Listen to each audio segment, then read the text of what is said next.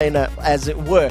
What are we thinking from Velocity with the exception of that very global reach they've got already? It really depends on what Dignitas decides to run as their AD carry, how aggressive Velocity tries to go. Draven's still up. Draven's probably the pick for Maple Street if Dignitas doesn't take it away right here, as Cutie Pie's probably, he's saying all the different things he'd like to play bottom lane with Patoy right now, and every single one is getting turned down. And he does decide to lock in that Graves at the end of the day. So Cutie Pie and Maple Street, both Draven players, both well known for their Draven, deciding to go against it. We've got at least the duo lane as well as our mid laner there for Dignitas, although Kiwi Kid may run cannon. Yeah, Kiwi Kid and Scar swap all the time. Twisted Fate is actually Kiwi Kid's champion. He's played it 4 times. Scar hasn't played Twisted Fate yet this split. So Velocity still just trying to pick their stuff. The jungle would be very key in this. They could actually bring out their push-poke strategy right now if they wanted to. They could actually do Janna and Ezreal if they wanted to, but I don't think they're going to go for that, unfortunately. Makes me I absolutely love the fact that they have tried it. It's a brilliant strategy, and I think maybe they're toying with it. Maybe they were thinking about it themselves, but it would be a risky decision to make. Against a Graves, it's a little shaky because Graves' wave clear is really high, but Kennen wouldn't have been able to do it, and they decide to not go with that strategy. Very, very surprising, too, how Maple Street didn't go with Draven. So they've got a very beefy front line from Velocity Esports. We see the Tristana locked in for that very, very late game, and you know, we heard Balls talking about just how powerful double lift is on Tristana, and they actually banned it out against him. So maybe trying to channel some of that inner late game awesomeness.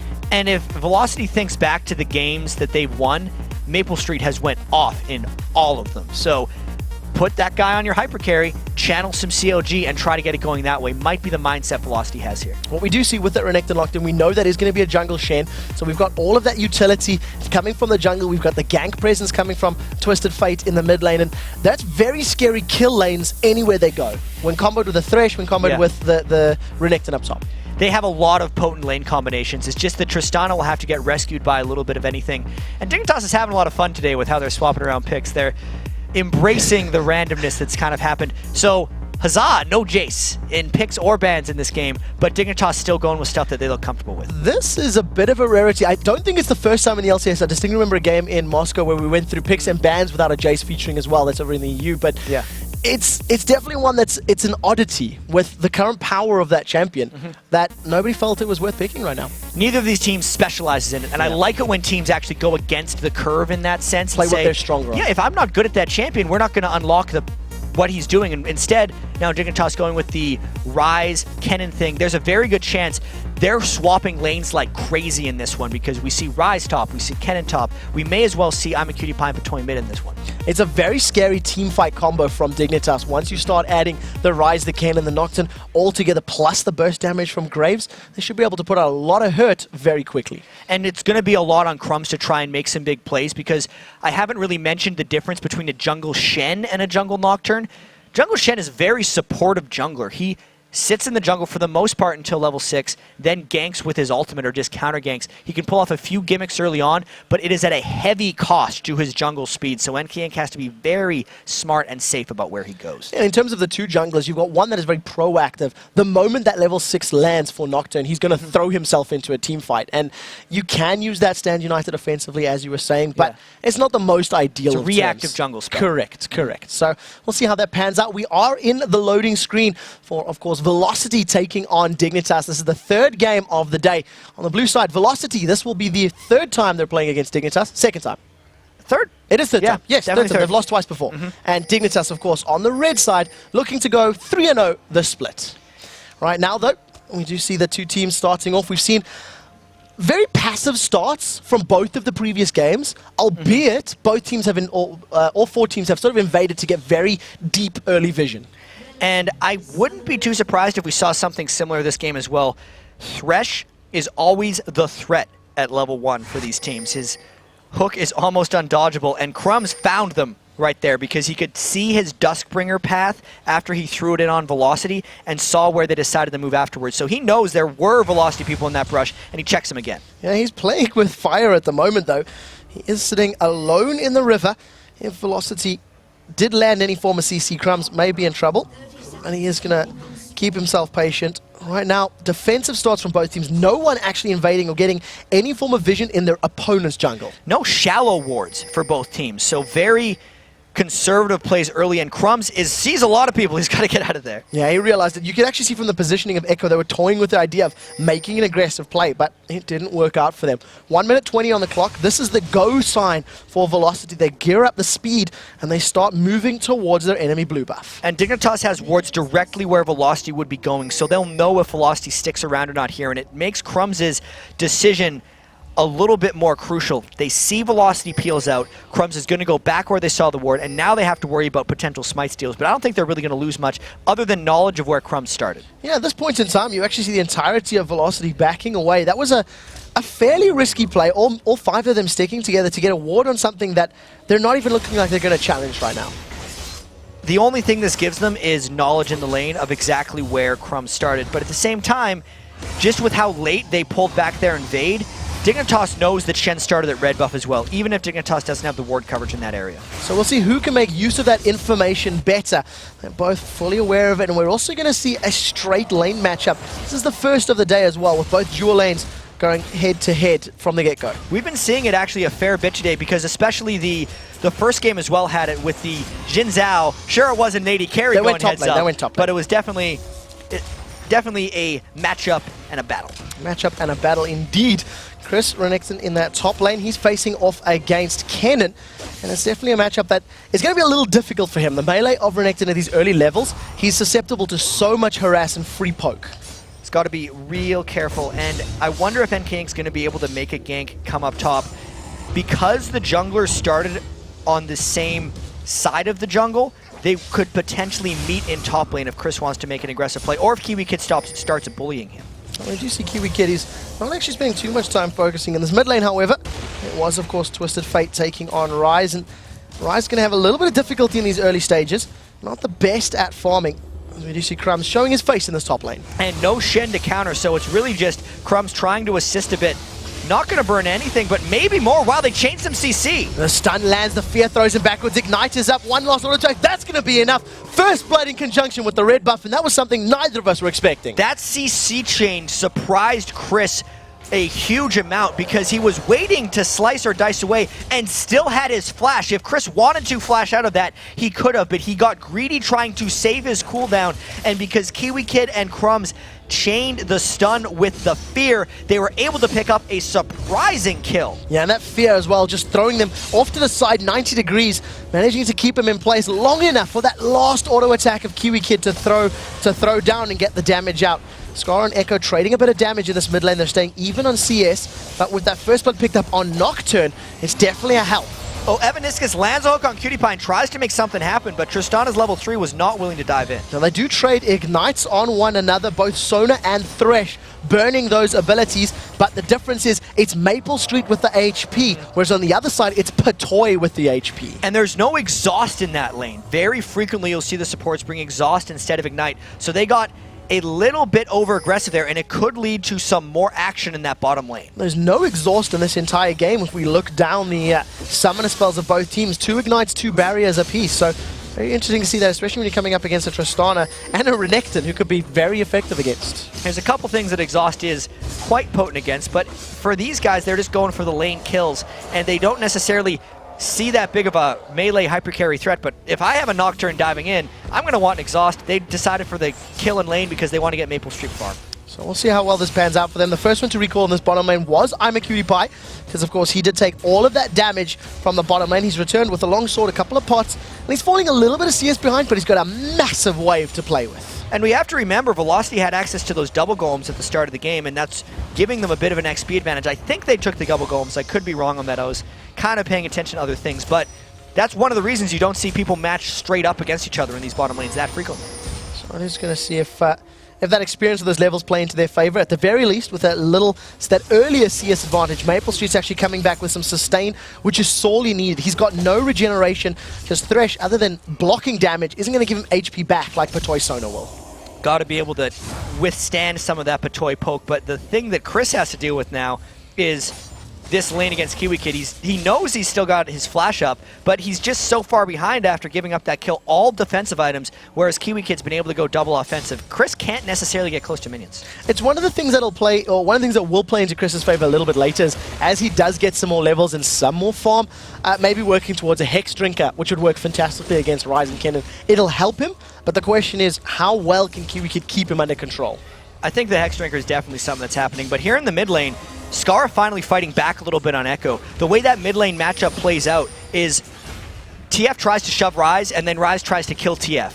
And finally, Scar almost tried to kill TF, and it keeps the farm even. And you have to give props to Scar right now because he's not losing out on any of the CS. He's been sitting at his tower for the majority of this matchup, and even on that previous engagement, he's actually got a CS advantage. I think something that happened as well is when Echo was shoving up, he got scared of Crumbs because they didn't have the most prolific ward coverage around their rivers, and he couldn't stay too far up to CS, so as he was shoving, Echo was missing a few, and Scar was getting them back at the turret. Very importantly, we've just seen a flash of Crumbs. He is level 6 right now, whereas NK Inc. is still only level 5, but he is on the double golem, so we will most likely see that Stand United available very soon. He's about a third of the way through the level, so there's this very small window of opportunity if Crumbs is able to pick a fight. Crumbs goes for Echo. He can spell shield that card, does not. Unfortunately, Spell Shield doesn't even get procced. That Shroud of Darkness not available as Chris gets locked up by the little hamster. Yeah, Kiwi Kid's going to continue to do this to Chris because he knows that first kill assist is just giving him the lead and edge in that lane, double his score in minions right now. That is a massive advantage right now. The one thing that does help Chris out a little bit is that wave is now up against his tower, so if he's able to successfully freeze it, he should be able to pick up some additional CS and start to close that gap, assuming Kiwi Kid lets him, because he's going to be able to attack him from range a little bit north of that tower. I think that's one of the reasons Kiwi Kid's up 55 or 56 to 26 is because he's denying so well at the turret just with really smart auto attacks. But this whole game is still trending Dignitas' way. We look at all the lanes individually, and Maple Street's the only one really doing what he should be doing, or doing better than he should be doing, because Tristana's level 5 is not as good as Graves level 5, and he's still up in minions. Yeah, especially when you think about the laning phase of a Thresh Tristana lane against a Graves Sona. You've got a passive support in Sona and the aggressive support in Thresh, but Evaniscus' hooks haven't really been as impactful as they maybe wanted. There was the one he landed early at the turret, which burned both ignites, and then since then, he's mainly using it as a deterrent for Dignitas to not get close. In terms of CS, Cutie has now hit level 6, 67 CS on the board, and when you do get a Graves to level 6, the burst combo of a potential crescendo buckshot collateral damage is very, very scary. And we could see a lot of action happening very shortly. Paranoia's down, they've dived onto Chris. Duskbringer is up as well, he's going to continue the chase. Stand United gets put on top of him, 200 HP. Shen will arrive, that's a double taunt, but it's not quick enough to save Chris. The Crocodile's been turned into a pair of shoes. They do trade kills back and forth 1-for-1 though.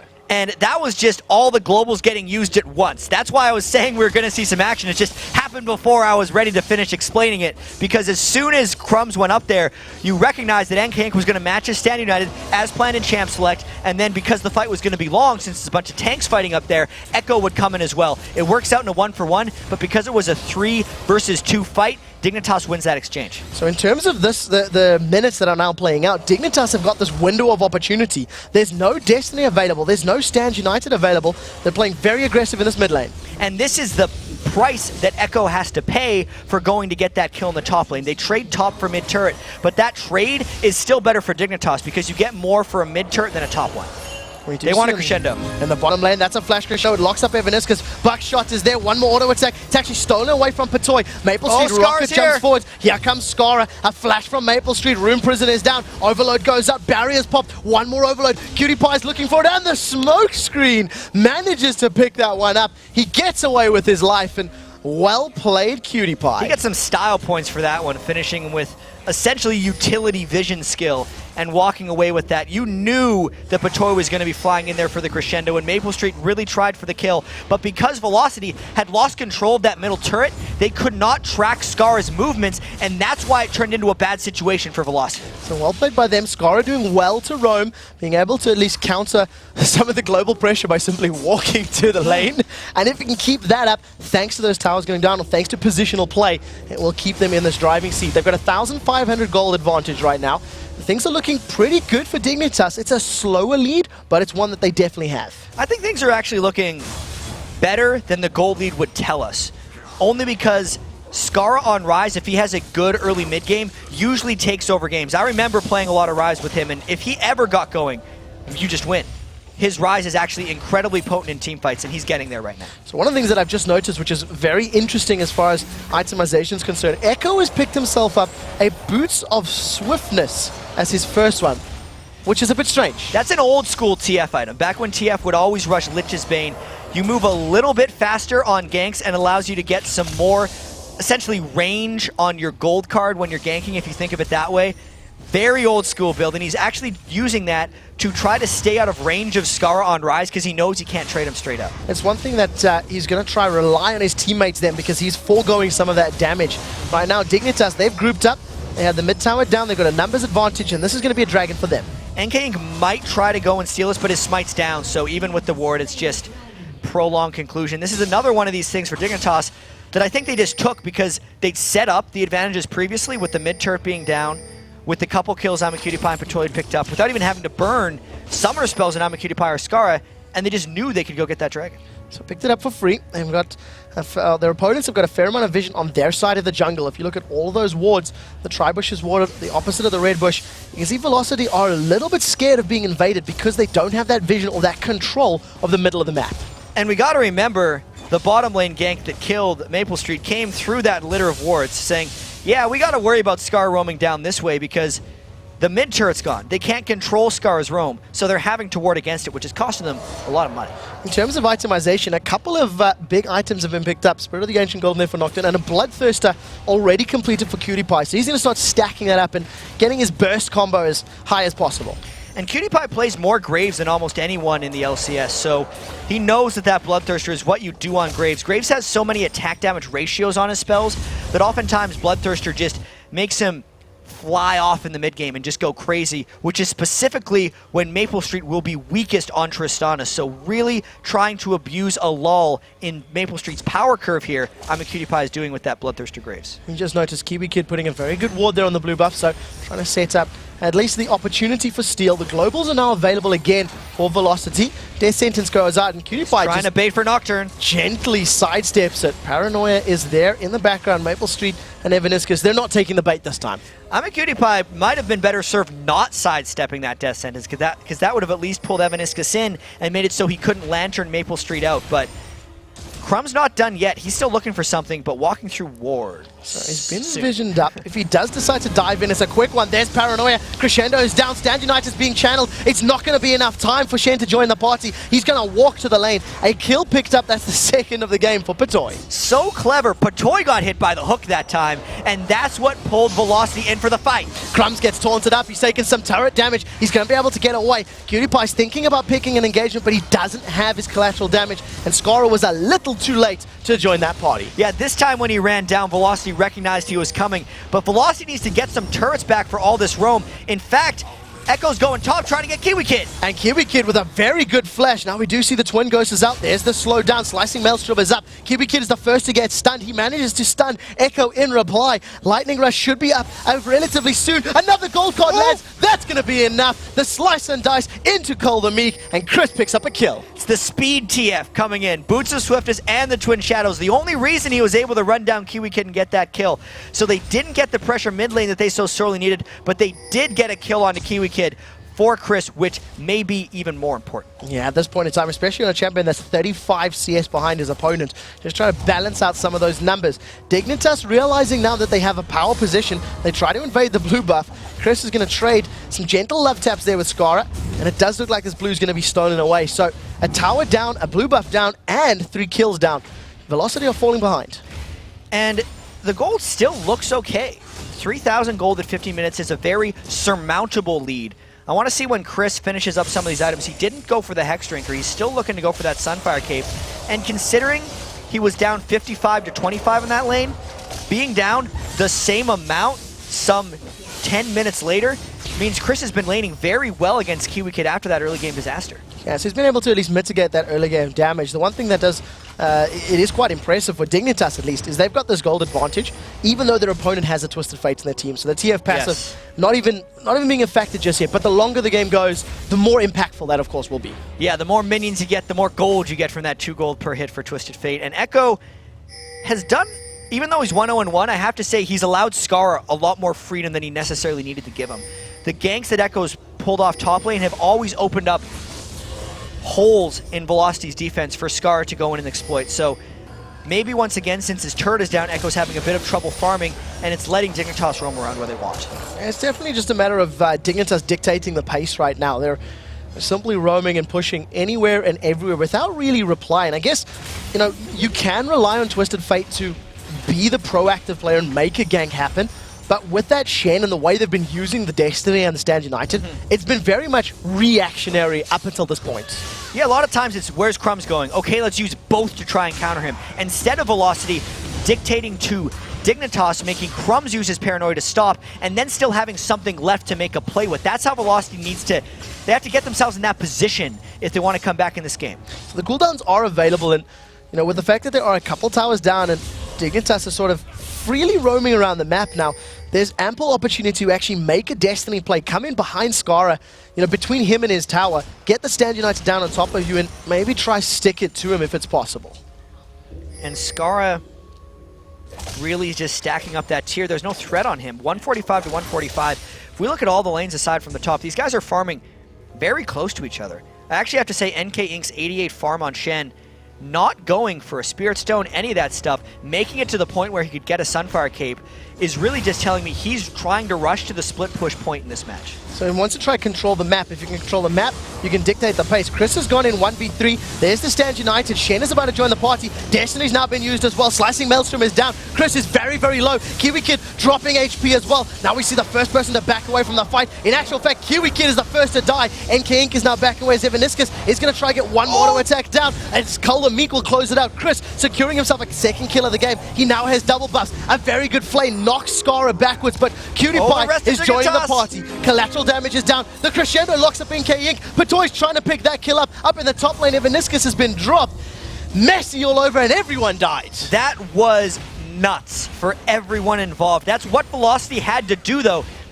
They aggressively and proactively used their ultimates, and it made Crumbs use them in reaction to them. I feel like Velocity won that engagement because not only did they trade kills, they allowed Maple Street, the guy who generally has been relied upon to carry them, to get some farm in the bottom and take a turret. So the problem is now that Dignitas hasn't stopped the pressure. They've still got two members bashing away on this inner turret. Echo's thinking about getting involved, and here comes NK Inc. from the side. Gold card is down. Cutie Pie takes a lot of damage. The slow is out. NK Inc. is probably going to wait for the taunt. Locks him up. Gold card's down. This is going to be a fairly easy kill onto Cutie Pie. Renekton actually closes out, and that is a pretty good pickup. They got the double buffs back, and they might continue to chase. If they get Oracles too, this is huge. They stack the stuns one after the other. Flash comes out. Echo carries on chasing. Stack deck comes up, and Sona drops like a sack of potatoes. Huge plays from Velocity all around. Yes, Dignitas will get the dragon off of that, but this is one of those situations where it's completely worth it because consider the Oracles, 400 gold that Patoy spent, and the kill sprees that were ended on both of them. Absolutely great for Velocity. In addition to defending the tower and getting the double buffs back, it's a great position to be in. Evaniscus and Chris, the front line there in that engagement, trying to land something onto Kiwi Kid. But unfortunately, that death sentence did go a little wide. And having two Sunfire Capes here for Velocity will be key in prolonged team fights. If Velocity can get Shen and Renekton to not die to the initial burst from Dignitas, they're going to outlast Dig in some sustained cases for these team fights. Graves is all very up front in damage, so if Velocity can get the long fights, they'll be doing good. In terms of magic resistance, though, they're still sorely lacking on the side of Velocity Esports. There's no Aegis inside, actually, for either team right now. And when you're coming up against a Ryze and a Kennen, it's definitely something you'd like to be investing in. And one reason there's no Aegis is there's not big team fights going on. With all the globals flying around, we're seeing 2v2s and 3v3s and people coming in from different angles for late, long team fights. And the Sunfire Cape is honestly better if you're keeping the game in that pace. So right now, the blue buff will be respawning. Remember, it was stolen last time by Dignitas, so this will be the second time that they've actually stolen this buff away. It does get picked up by Skara. It's up in the top lane. We've seen Chris He recalled from Kiwi Kid. The rest of Dignitas, they've now stacked up. They're just going to face tank this tower, secure their 4th tower of the game for absolutely zero cost. Going back and getting it. I feel like it cost him a whole lot beforehand where he lost the double buffs and the Oracles, but he got it back. He finished the turret, mission accomplished for Dignitas, but what they have to worry about is Maple Street getting too far into the late game, because I don't necessarily think that a Nocturne even a Nocturne and a Kennen diving straight onto a Tristana will be enough if it gets to, say, that 40-minute mark, which is why I think Dignitas might be grouped up as 5 and trying to force the issue a little bit. Yeah, the power of that Buster Shot cannot go unaccounted for. If that Nocturne dives in before Shen arrives, just Buster Shot him away. Assuming the spell shield has not been blown, that's going to be very crucial for Crumbs to actually stick to that little Yordle. And the great thing for Maple Street is if he wanted to knock back Nocturne, he can break the spell shield himself. He can E him and then knock him back. The main thing he needs to knock back, though, is honestly the Kennen. Just keep the damage away, keep that stun from going down. Cutie Pie picks up his red buff. He's going to have enough gold to complete that static shiv relatively soon, and just really increasing that burst damage on hit from the auto attack in conjunction with the rest of his abilities. It's going to help Dignitas shove the lanes like they do so in most of their victories. Graves already clears fast. Static shiv Graves clear is almost trivial at that point for Dignitas as they try to keep Velocity stuck in their base. So in terms of the rest of the itemization right now, we do see Maple Street sitting on that red pot as well as a BF sword. Once that gets completed to the likes of an Infinity Edge or just another big BF sword related item, he's going to hit a power curve. And we see Chris, he's stacking armor. He's prioritizing that of MR. Yeah, he's hoping to get through the Kennen and the Rise and get onto I'm a Cutie Pie fights. And I really want to see how Velocity makes this transition, because even though we give Dignitas a lot of flack for not necessarily finishing games, it's a bigger problem for Velocity. They've had really good opens to a lot of games this split and have very seldom been able to close. So even just being in this game against Dignitas, they got to make something work. Evaniscus gets caught up, takes a lot of poke. That's a flash from Skara. Stand United comes out. Buster Shot knocks the damage away as they pull Patoy forward. Collateral damage comes down. That's the first kill of the engagement as they turn their attention over to NK Inc. Maple Street's doing the best he can. He should be able to pick up one. In actual fact, Chris will get the last hit there onto Kennen. Another slice and dice into Cole Meek will close that out. That is a 3-for-1 exchange. All started from Evaniscus being caught. And that fight was too fast for Velocity. NK Inc. died early on because Chris and NK Inc. have to go in together. That channel actually needs to be used maybe in conjunction with Renekton. As soon as you use that on Evaniscus and they didn't go in together, it allowed Dignitas to just sustain through the fight, get the targets down one at a time, and really just not have a full team fight. Yeah, something definitely didn't work out for them. Some relatively good counterplay from Evaniscus right at the end. He got the box down, he pulled Patoy in, but it simply wasn't enough. Baron has been secured now for Dignitas, first of the game, and now that gives them a really good power position right now. And that Baron is so crucial for Dignitas, maybe giving them the confidence to just dive straight on top of turrets, specifically with Crumbs going tank Nocturne, leading the way on these charges might be exactly what they need, because Maple Street's not at the point yet where he's too dangerous to dive under a turret. Maybe that's exactly what Dignitas needs, because that last fight could not have been much better. Yeah, and that Zhonya's Hourglass cannot be, discounted either. It was so impactful. Cutie Kid managing to survive Maple Street. That last auto attack, it forced Maple Street to turn away. He couldn't get a reset on his rocket jump. He couldn't, get more involved. And, even though Chris did get the kill at the end of the fight, just that extra delay, that extra couple of seconds you buy your team and your opponents when they're trying to focus you down, it can only work in your favor. Really want to see with this Oracles on Patoy whether or not Dignitas does decide to turret dive, or if they just keep doing their triple push, because to be fair, they haven't needed to force huge team fights to get here. They needed to pick off Velocity out of position, which is surprising considering Velocity's heavily global composition. It should kind of be the other way around, so maybe Dignitas will continue doing the same. I think the Velocity are lacking the confidence to make these big plays stick, and the problem is now if they try to make a big play, try to make an aggressive moment, it's against a team with Baron, so it's even more difficult to actually get anything successful.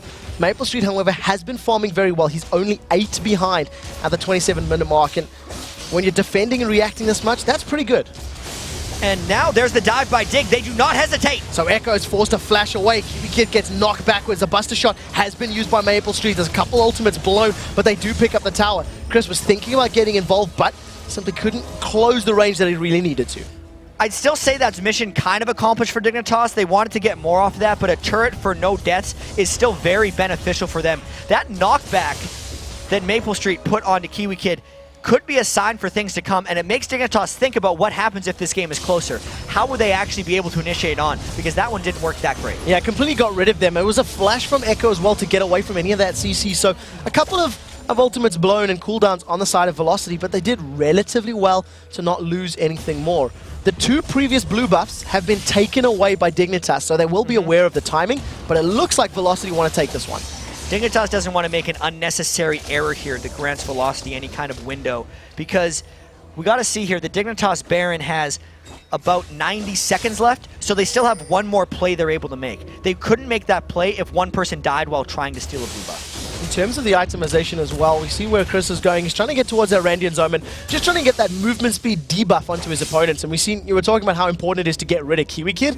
If Kiwi Kid, Crumbs, Scara get in and amongst the front lines, just reduce their movement speed, allow the rest of Velocity to back away at a slightly quicker pace. Chris and NK Inc. have to stick together here. They need to make Kiwi Kid and Scar feel like they don't matter, and they need to just dive through to I'm a Cutie Pie. They have a strong tank line that can actually put enough threat down on I'm a Cutie Pie to kill him, which is rare actually in today's League of Legends game. Mainly we see these long range like double AP comps that try to burst people down. This is persistent frontline threat that can protect Maple Street if they get the right kind of team fights. So another tower goes down. Velocity are pretty much resigning themselves to the steps of their inhibitors. Another death sentence goes up from Evaniscus, and he simply hasn't been able to catch the right target really at all during the course of this matchup. Hasn't been able to sneak through the minions, and so much of that is just the skirmishing. Plus, they got into Evaniscus' head with all those Nocturne ganks. It's like, is this hook something I really want to land? Oh wait, that just meant there's a Nocturne there. That's why I can hit them. And he's second-guessing himself on these thresh hooks. So right now, 6 towers to 3. Dignitas are now invading. They took the previous dragon. They've got very good deep wards on the side of Velocity's jungle. Pretty much if Velocity leaves their base, Dignitas are going to be able to see that very clearly.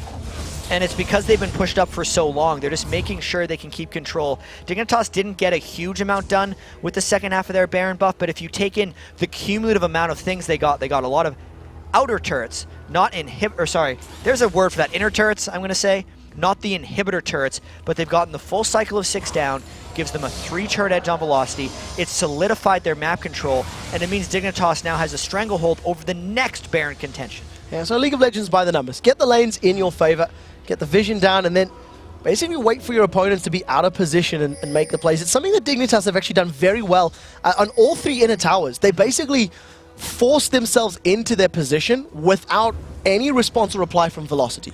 And it's something Dignitas was doing very well during their win streak in the spring split. Dignitas still holds the longest winning streak in North American LCS right now, back from the spring split, and they were playing like this. If they don't rush things, if they don't get caught out of position, they do have ways of being able to end by just accumulating massive leads. In addition, their composition really works into their favor as well. They're going to be able to buy all the time for Ryze and for Kennen to power up. They've got to be a bit careful because the longer this game goes, the scarier that Shen and Twisted Fate will become. And they are just brute forcing this turret a little bit. Look how quickly it's going down.